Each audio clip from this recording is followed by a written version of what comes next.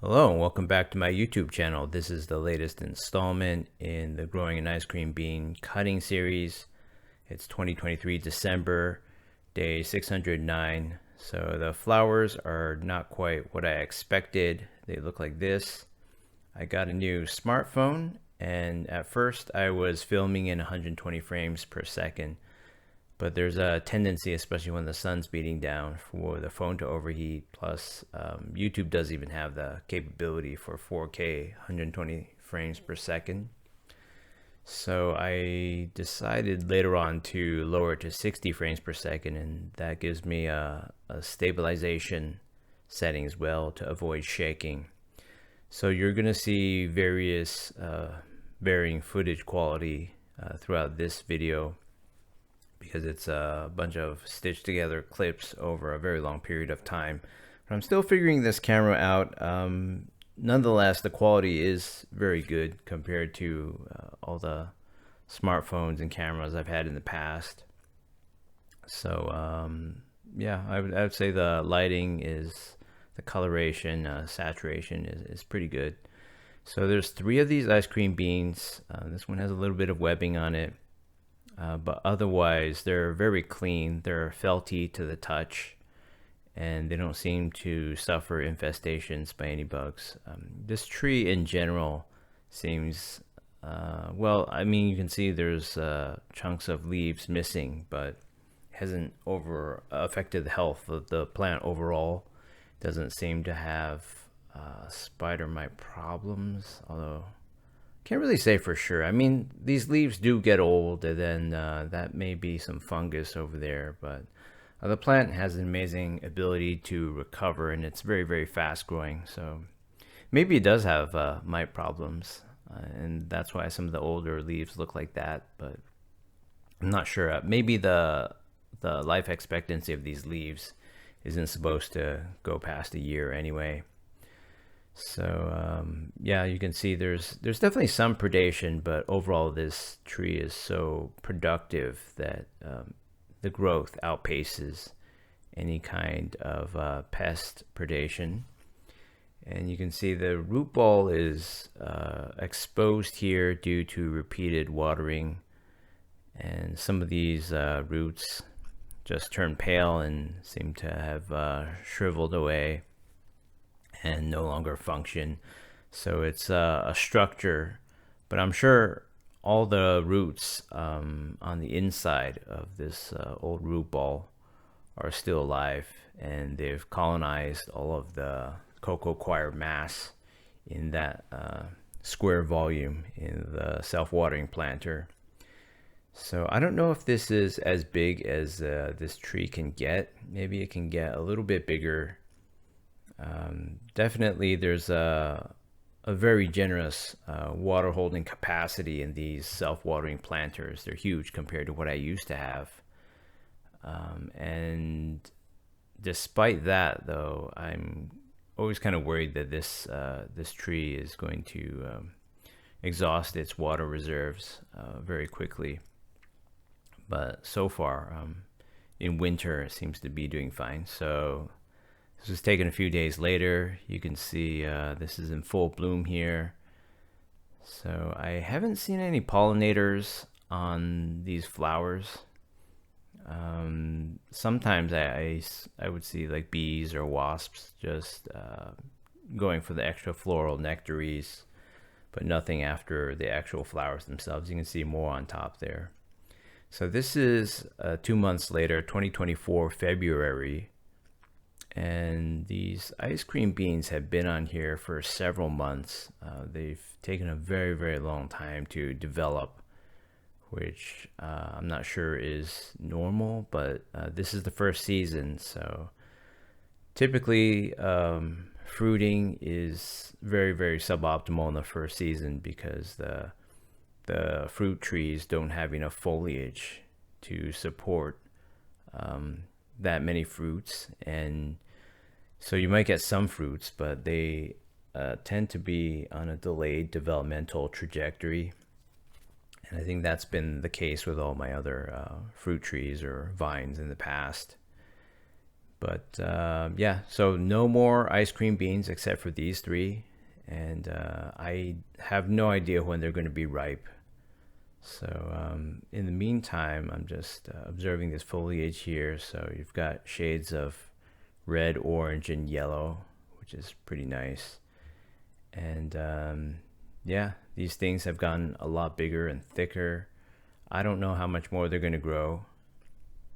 And yeah, you can see overall the branches are very, very droopy, which is a disappointment. But that tends to be the case with all plants grown from cuttings. So it doesn't just shoot straight up and grow perfectly symmetrical like a tree grow from seed would. So you can see there's some leaves that are beaten up more in the center or lower on these branches, but they're still functioning. They're still very green and no doubt generating a lot of sugar production for the plant through photosynthesis. And yeah, this plant has more leaves than perhaps anything I've ever seen, and they're very big too. Well, they're compound leaves. So in terms of leaflets, it's just like, I don't know, probably well over 1,000. So you can see the flowers are starting to shrivel up over there. And there's a lot of leaves that look worse for wear, but there's also new ones. I'm sure when spring arrives, everything will be growing at a very fast clip again. So you can see after all the cocoa coir has been washed away and due to dry air exposure to the atmosphere, the outside roots of this root ball are just pale and husk of their former selves. And it basically serves to hold that shape of the cylindrical pot that it was in forever and ever.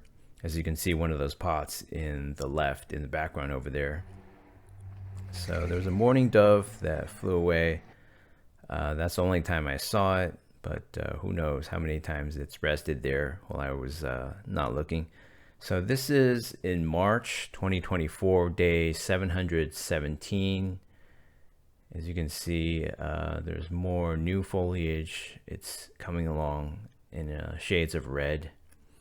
And one of these broke off. So I was very surprised to see this. I wasn't sure as to when I should initiate the harvest. But there you have it. So I decided at this point to just break off all three within the course of a few days. You can see a little ant crawling around, but otherwise it's very clean. The fruit pedicels on this species are so thick and robust. So the pedicel is that stem that connects the tree to the fruit itself. So the first thing I'm going to do is break it off. You can see a very healthy looking green cross section that looks like it's still capable of transporting fluids and nutrients. So I'm going to cut lengthwise here and show you what's inside. Overall, it's pretty easy to cut. Maybe it's a little bit harder to peel apart like this because it's so thick. But this is the picture of health. It doesn't look like there's signs of mold or rot. It doesn't look like water seeped in and caused said rot. So there's no particular smell. I mean, it does have a little bit smell and taste of like vanilla, but it's not strong by any means. It's very, very subtle, and I don't know if this is due to this being the first crop and taking so long to develop. But you can see there's already a little bit of photosynthesis going on in there. So these beans, the seeds, have been in there for so long that they're already starting to germinate within the fruit. And this is something that we've seen in some other species as well, such as mango seeds. So I'm going to peel this stuff away and eat it. Every time you see me take the spongiform white material off camera towards myself, it's to eat it. So the taste is very, very subtle, and some of these have very small seeds that are sprouting. Others have much, much larger beans. So it's a little bit of a misnomer when they say ice cream bean, because they mean bean as in, yeah, there's bean-like seeds in bean pods, but you're not supposed to eat the beans. You're just supposed to eat the white spongy stuff, which is a lot wetter than I expected. So with all that water content, I don't know how these things manage to stay fresh for this long. But if this is an Armageddon, prepper scenario, I guess this is a very good food to have. Although I'm not sure it has that many calories, but you could just have it at all sorts of temperatures, and it's pretty much impervious to water and fungi. So you can keep these around for a very long time. They do weigh a bit, but I guess not nearly as much as something like a mango or a cantaloupe would. So these are quite big. Just like one of them can occupy the entire grip of your hand. So you could see these beans are starting to germinate. They're sending roots out, and of course there's no space, so they just end up all distorted like that. So I will actually plant some of these and start a mini series just to show you the first few weeks of growth maybe, but I'm not going to continue past that because I already have this fully grown specimen that's bearing fruit, so that would make no sense to take it through the entire cycle again. Plus I have a very limited amount of real estate in terms of like number of pots that I can grow these different plant series in. So that'll be something that I'll be posting in the future. It's currently underway, and the seedlings seem healthy, and they're getting off to a nice start. But yeah, before they get too big, I'll just pull them out and use the pot for something else, depending on whatever germinates. So overall, I would say the taste is pretty flat compared to all these other fruits. It's good enough to the point where you see me eating continuously, but it's not good enough to the point where this is something I would want to buy if it were on sale in the supermarket. So it's a very interesting conversation piece. It's an exotic fruit from South America. So if anything, it's just a rare fruit that you can't buy around here, and nobody has. So yeah, in terms of, just trade value or gift value, I would say this ranks pretty high, and you don't have to worry about these bean pods going bad and getting a bad one. So I'm gonna save those seeds and use them for germination in that other mini series that I talked about. So this was later on. I went out and plucked the other two. The one that I ate first was the one that fell off first. So this was the smaller one. It has a huge pedicel, which also looks very healthy when broken off. But for this one, it had a little crack on the outside, so I was worried that water and pests could get in. So I'm going to show you what this one, the short, small one, looks like on the inside. So this has been a good harvest. There's only 3 bean pods, but they're very robust. They've been on the pedicels, been on the tree for very long. I do believe these started appearing around August of 2023. I didn't keep very specific records, but I do have footage dating back in the last episode to October 2023, and they were already in that intermediate phase where I wasn't sure whether or not I should harvest them. They had some volume to them, but you could clearly see in hindsight that they weren't all puffed up and filled with this white spongiform, the ice cream bean fruit, so to speak. So they were very flat looking, and then I left them there for another 2 or 3 months, and then they seemed to suddenly get way bigger. And by then it was approaching winter, or maybe it was very late at the end of fall, and it started raining a lot, as is the normal case with the Mediterranean climate in Southern California. So I was wondering if these were overripe or just rotting, and I didn't know it, but they turned out to be fine. So yeah, these are a little bit messy, but they don't have any juices. You know, there's no milk, there's no sticky juice or anything like that. So I'm just eating all of these, and they're surprisingly more watery than they look, or more watery than you would assume. But other than that, you could just dust your hands off and you'd be fine, even if you didn't have running water to wash your hands with afterwards.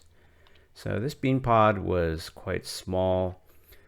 So if we assume that these started in August, then this footage that we're looking at here was taken on April 2nd. That is almost like 8 months. So let's say maybe 7.5 months for these to fully ripen. Maybe these were ripe a month or two ago. I don't know.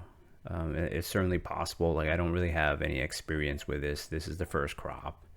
And if you do a literature search, typically once you type in ice cream bean on like a search engine, you get ice cream results for vanilla ice cream. At least that's the entire first page of results. You don't get this plant. So this is, I believe, the biggest one. And you can see we got a full house here. It's just loaded with this spongiform fruit flesh, and also many beans that are already germinating.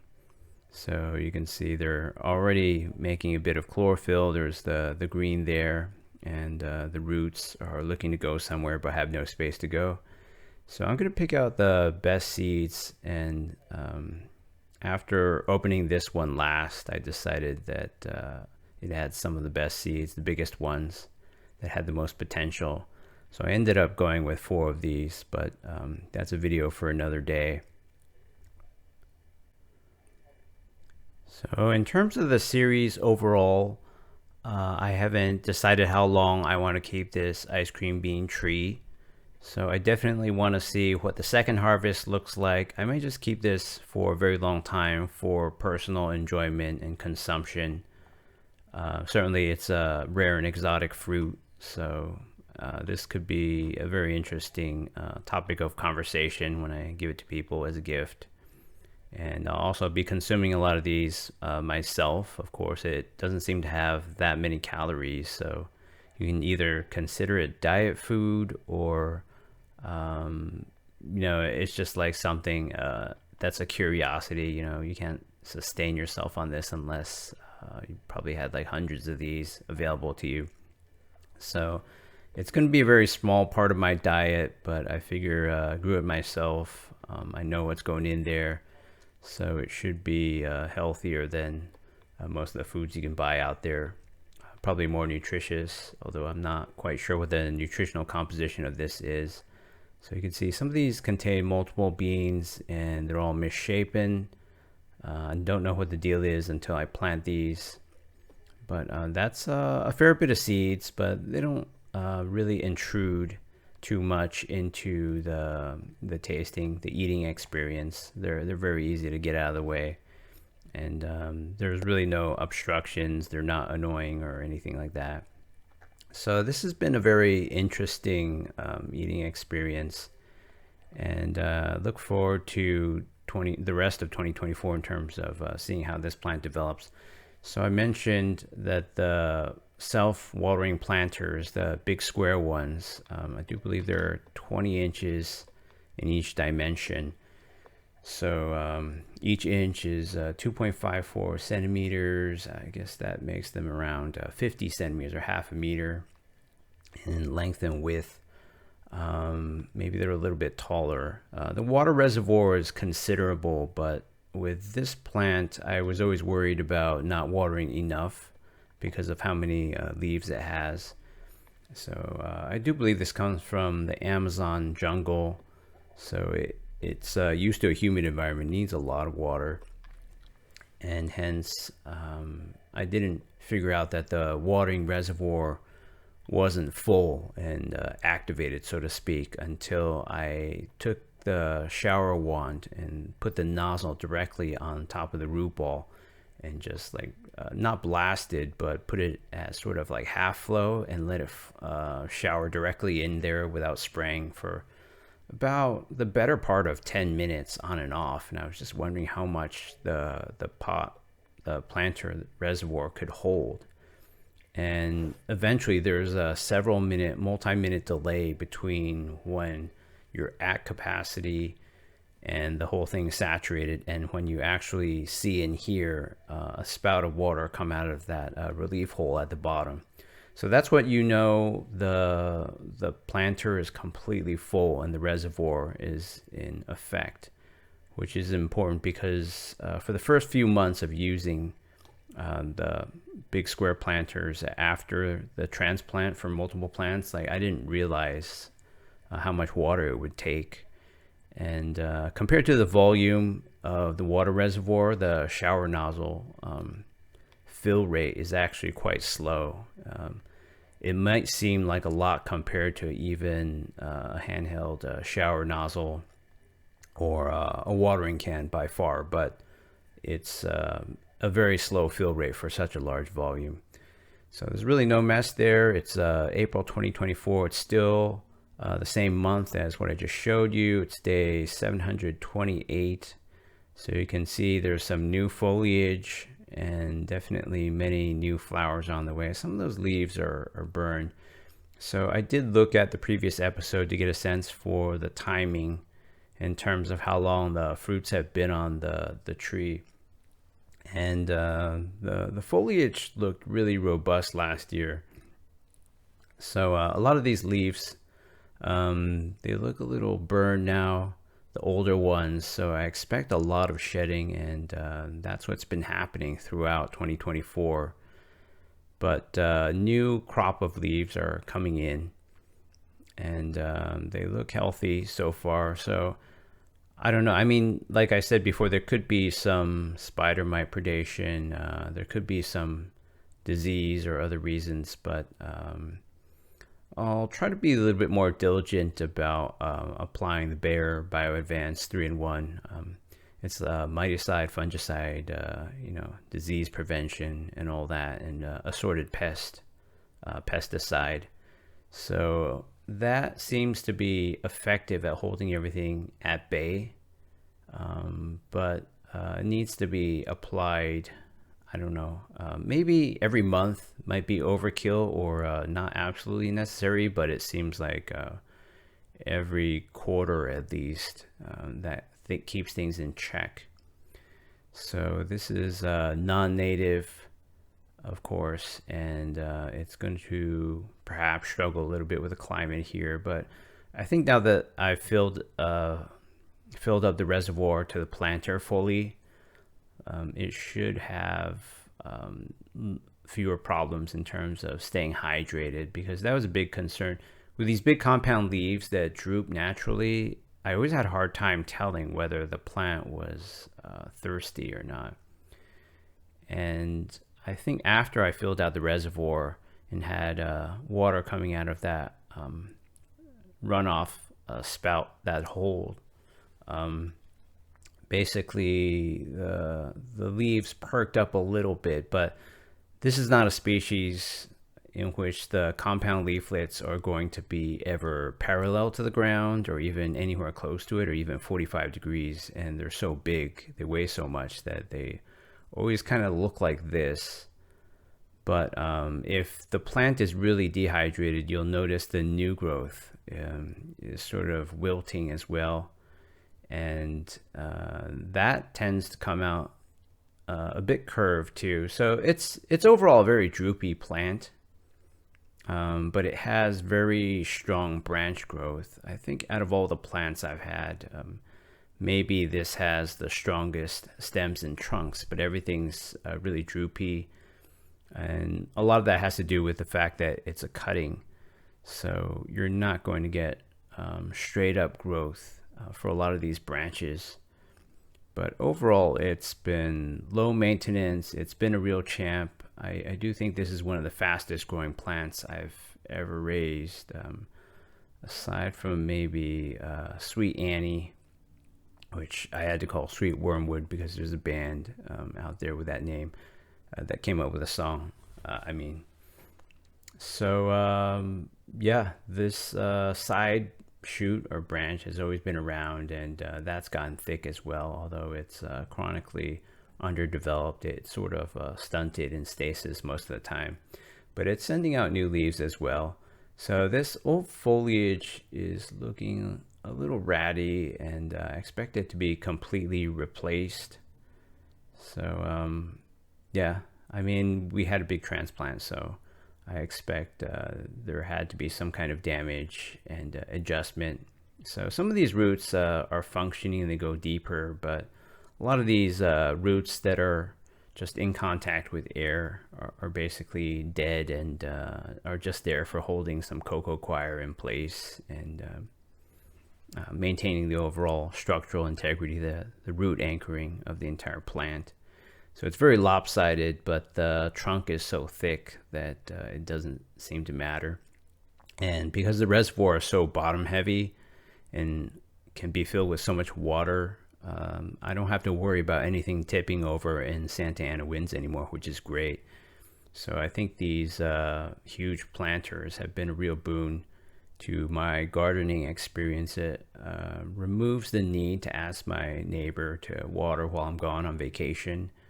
And with a full reservoir, lately I think this has been able to last for at least a week, or maybe let's just say like 7 to 10 days. It seems like there's no problem, but if I push on and let it just drink from the trough for like 2 weeks, then I think most of the water is depleted at that point.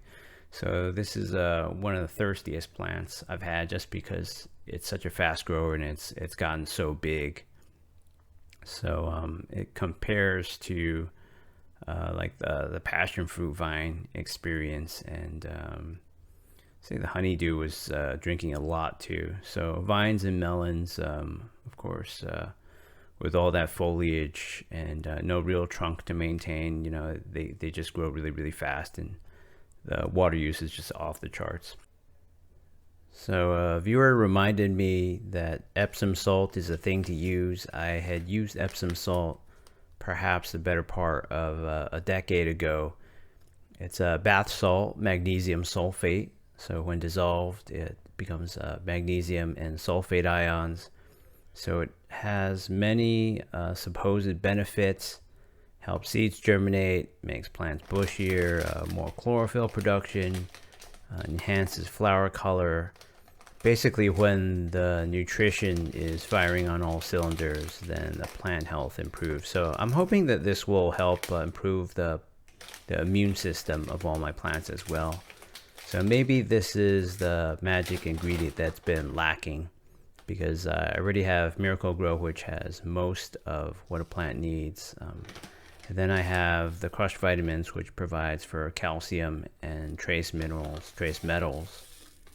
So I'm hoping that this will help balance things out and improve the overall nutrient uptake and usage. So this is the fertilization regimen that I'll be doing from now on.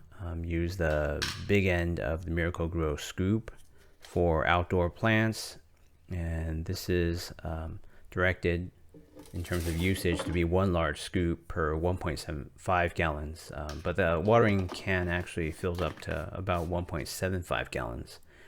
So the Miracle-Gro is a little bit more dilute than intended, but I think that should be okay.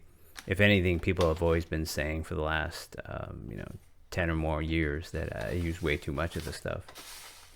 And yeah, I'm adding 3.75 heaping tablespoons of Epsom salt for the 1.75 gallons, because it's 2 heaping tablespoons for a gallon. That's the common internet recommendation. So that last spoon, as you just saw, has about 75%, just by eyeballing it, just by feel. So then I add, this part is completely arbitrary because I made it up, adding 2 crushed multivitamins. And the problem with this is in cold water, it doesn't dissolve that fast or well, and neither do the Epsom salts. So yeah, there is a very concentrated sludge of undissolved stuff at the very end, but in my experience, it doesn't seem to matter. So I have a new series going on, and all these like little seedlings got exposed to like extra salty Epsom salt and calcium concentration. And when the sun came out the next day, I could see the dried out mineral spots, but it actually didn't cause leaf burn,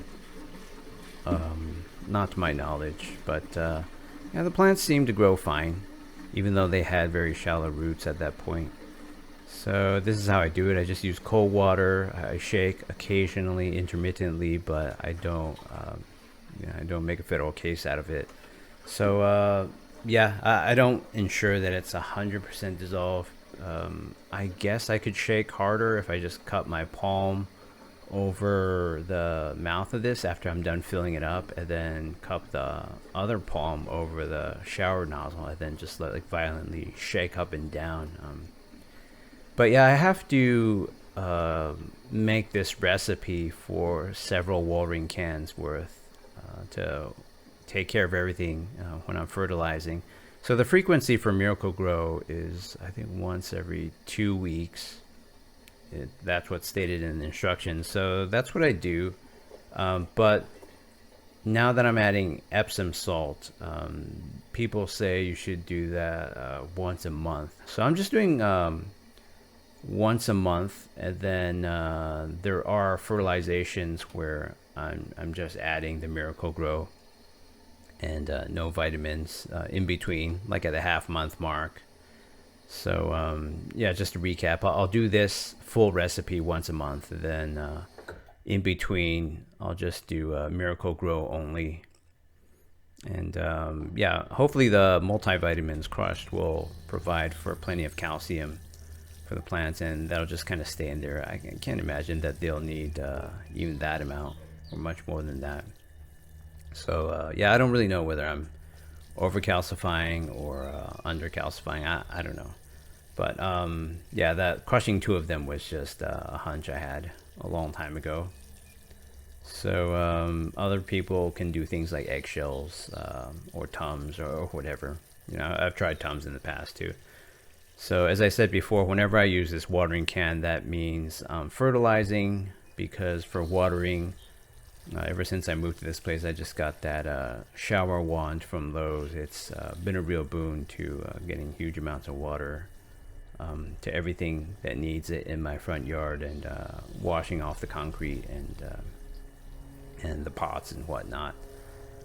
So yeah, so far I'm really satisfied. I'm really happy with these square planters. Although for these transplants, where I transplanted from you know, basically cutting open those planters that were thin and much taller and cylindrical but narrow at the bottom, like and then transplanting into these, so they were too tall. I didn't want to go through the trouble and put my plants in danger by sawing through the root ball, which would take a lot of energy too, and create a big mess. But yeah, like the root balls here are sticking up too high for this and the Joshua tree, which kind of makes it a pain, because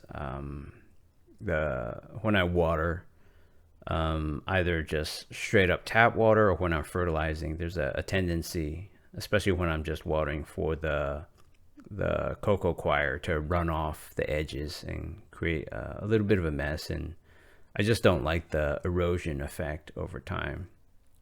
So this growing series has been going really well overall, and you can see there's a little bit more hydration than in the past, but still a little bit of droopiness in these little sections of new growth at the top, I think. So yeah, when I let this thing get dehydrated, the drooping is much more obvious, but most of the time it's sort of like this, to where, yeah, it looks healthy, but it also looks like it could be better.